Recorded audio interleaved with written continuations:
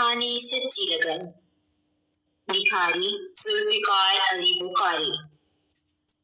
वाकई तुम बहुत खुश नसीब हो, अब्दुर्रहमान ने शाहज़ेब से गले मिलते हुए कहा। मेरा एक काम करोगे शाहज़ेब? अब्दुर्रहमान ने इल्तिजाई लहजे में पूछा। कौन सा काम है? शाहज़ेब ने हैरानी से पूछा। मेरी तरफ से अमजद इस्लाम अमजद की एक नात रोज़ा रसूल सल्लल्लाहु अलैहि वसल्लम के सामने पढ़ देना और दुआ करना कि मुझे भी हाजिरी का बुलावा आ जाए। अब्दुर्रहमान की बात सुनते ही शाहज़ेब हैरत ज़दा हो चुका था। क्यों नहीं, किस नात की बात कर रहे हो? जरा मुझे सुनाओ तो सही। शहरे नबी है सामने, आहिस्ता बोलिए, धीरे से बात कीजिए, आहिस्ता बोलिए। उनकी गली में देख के रखिए जरा कदम,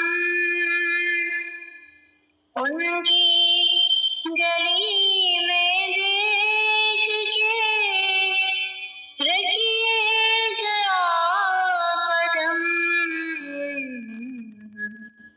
खुद को बहुत संभालिए,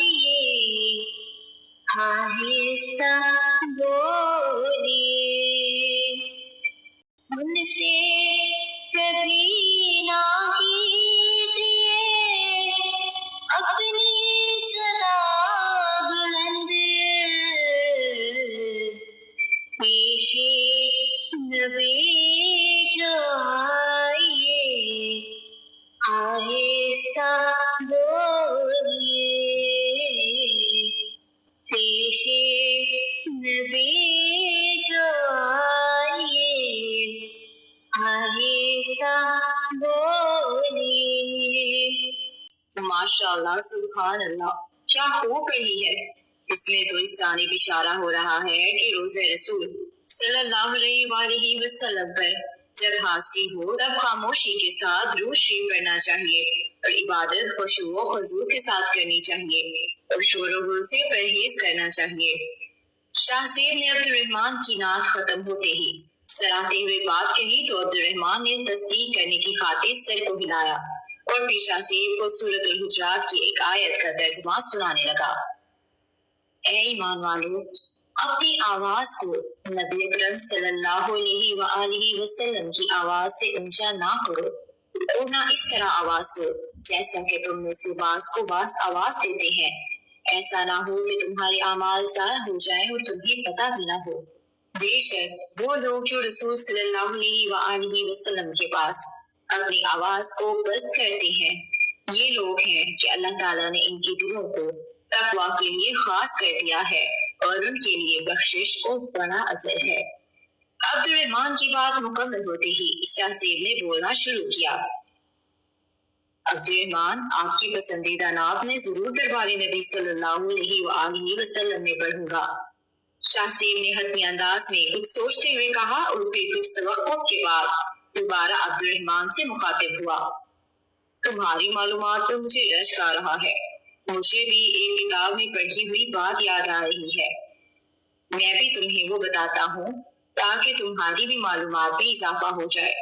उस्मानियों के दौर में मस्जिद नबी सल्लल्लाहु अलैहि वसल्लम की तामीर और तोसीर जब हो रही थी तो संगे मरमर के पत्थरों को मस्जिद नबी सल्लल्लाहु अलैहि वसल्लम के अहाते से बहुत दूर ले जाकर काटा जाता था ताकि शोर की आवाज रोज़ा रसूल सल्लल्लाहु अलैहि वसल्लम तक ना पहुंच सके। ये मस्जिद नबी सल्लल्लाहु अलैहि वसल्लम की हुर्मत की अहमियत को जाहिर करता है। शाहज़ेब ने अपने दोस्त की मालूमात में इजाफा करते हुए कहा।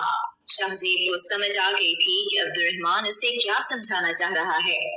वो चूंकि रोज़ा रसूल सल्लल्लाहु अलैहि वसल्लम पर हाजिरी देगा तो इसलिए वहाँ किस तरह का एहतराम मलहूज़े खातिर रखना था वो बताना चाह रहा था, लेकिन शाहज़ेब की बातों से वो जान गया था کہ شاہ زیب کے علم میں بھی تھا کہ کس طرح سے نبی کریم صلی اللہ علیہ وآلہ وسلم کی بارگاہ میں حاضری دینی ہے۔ بہت شکریہ پیارے دوست، تمہاری معلومات بھی میرے لیے نئی ہیں۔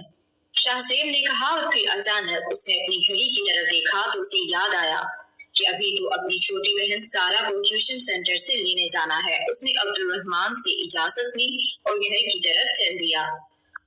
اگلے چند دنوں میں شاہ زیب مدینہ منورہ کی سرزمین پر قدم رکھ چکا تھا۔ اس کی زندگی میں انقلاب برپا ہونے میں کچھ لمحے باقی تھے۔ شاہ زیب نے روزہ رسول صلی اللہ علیہ وآلہ وسلم پر حاضری دینے کے لیے جتنی دعائیں کی تھیں وہ قبول ہو چکی تھی۔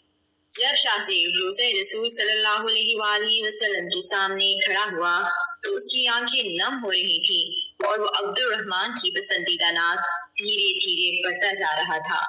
شہرے نبی ہے سامنے آہستہ بولیے، دھیرے سے بات کیجیے، آہستہ بولیے،